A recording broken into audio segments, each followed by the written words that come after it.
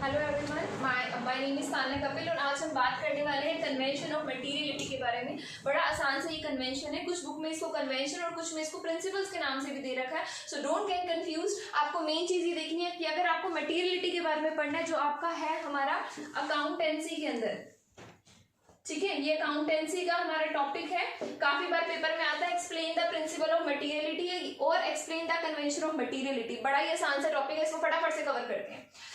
सबसे पहली बात तो जब भी आप इसको पढ़ेंगे तो इसको आपने दो चीजों को रखकर अपने दिमाग में पढ़ना है। पहली चीज, जो मटेरियलिटी का प्रिंसिपल है वो फुल डिस्क्लोजर के प्रिंसिपल को पूरी तरीके से तो नहीं पर कुछ हद तक उससे अलग चीज आपको बताएगा।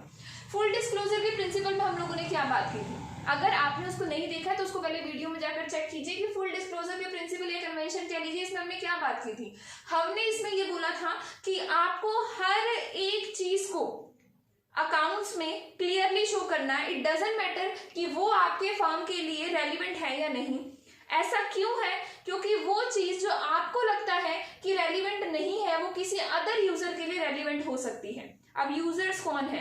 यूजर्स बेसिकली वो लोग हैं जो अकाउंटिंग इंफॉर्मेशन को यूज करते हैं, जिसको हमने दो पार्ट में क्लासिफाई कर रखा है, इंटरनल एंड एक्सटर्नल। तो आप उसको उन सभी वीडियोस में जाकर चेक कर लीजिए, ठीक है। अभी हम फटाफट से मटेरियलिटी पर आते हैं। पहली चीज हमने पढ़ ली है मटेरियलिटी के बारे में, और वो क्या चीज पढ़ी है कि जो मटेरियलिटी का कंसेप्ट है वो फुल डिस्क्लोजर के कंसेप्ट से बिल्कुल अपोजिट है। घबराइएगा नहीं, अगर फुल डिस्क्लोजर का कंसेप्ट नहीं पढ़ा है तो इसको पूरा देख लीजिए, उसके बाद फुल डिस्क्लोजर को पढ़िए, ठीक है। वो भी हमारे चैनल पर अवेलेबल है।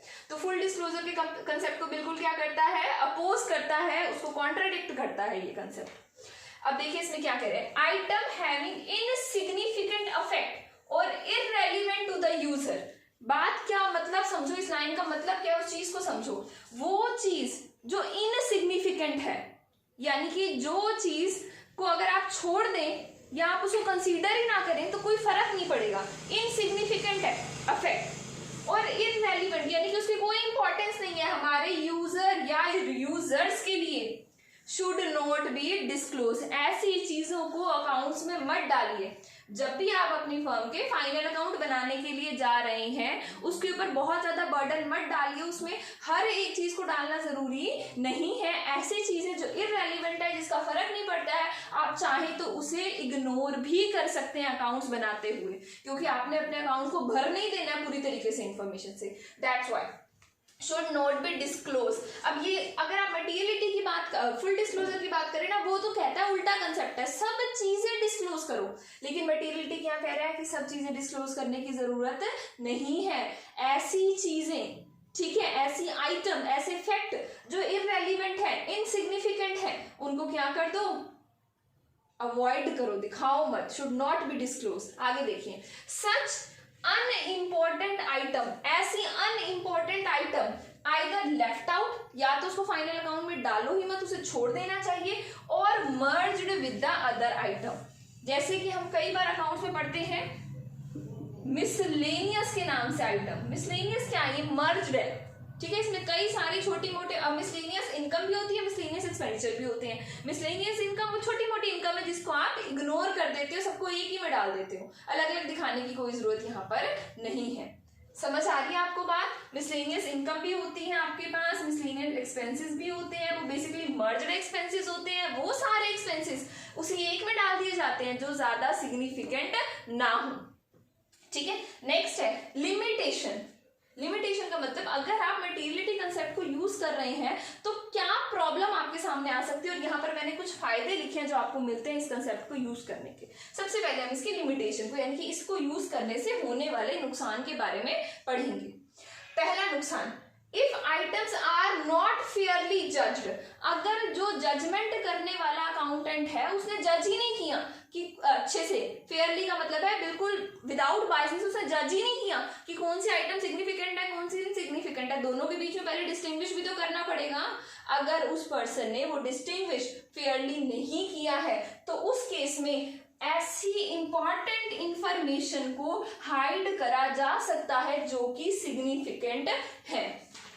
समझ रही हैं आप? जिसको आपने जज करने की ड्यूटी दी, जो आपका अकाउंटेंट है जो क्लासिफाई कर रहा है सिग्निफिकेंट और अनसिग्निफिकेंट आइटम्स को, अगर उसने वो क्लासिफिकेशन ढंग से नहीं किया तो उस केस में ऐसी इंफॉर्मेशन जो जरूरी है उसे फर्म के द्वारा छुपाया जा सकता है।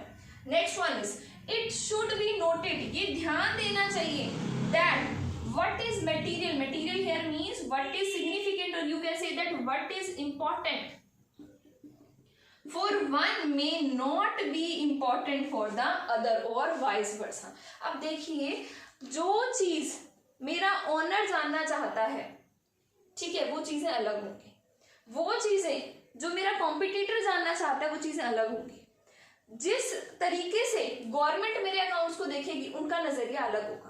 तो हर एक यूजर अपने हिसाब से अकाउंट्स को देखता है, ठीक है। तो किसके लिए क्या चीज मटेरियल है, यानी कि क्या चीज इंपॉर्टेंट है, वो person to person, user to user vary करेगा।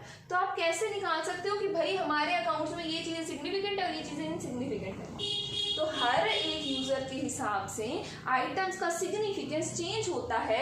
तो अगर आप मटेरियलिटी को यूज कर रहे हो, कुछ आइटम को मर्ज कर रहे हो, कुछ आइटम्स को लेफ्ट आउट भी कर रहे हो, तो आपको पहले पता होना चाहिए कि आपके यूजर्स किस तरीके के हैं और वो किस तरीके का डाटा आपके ऑर्गेनाइजेशन के अकाउंट से चाहते हैं।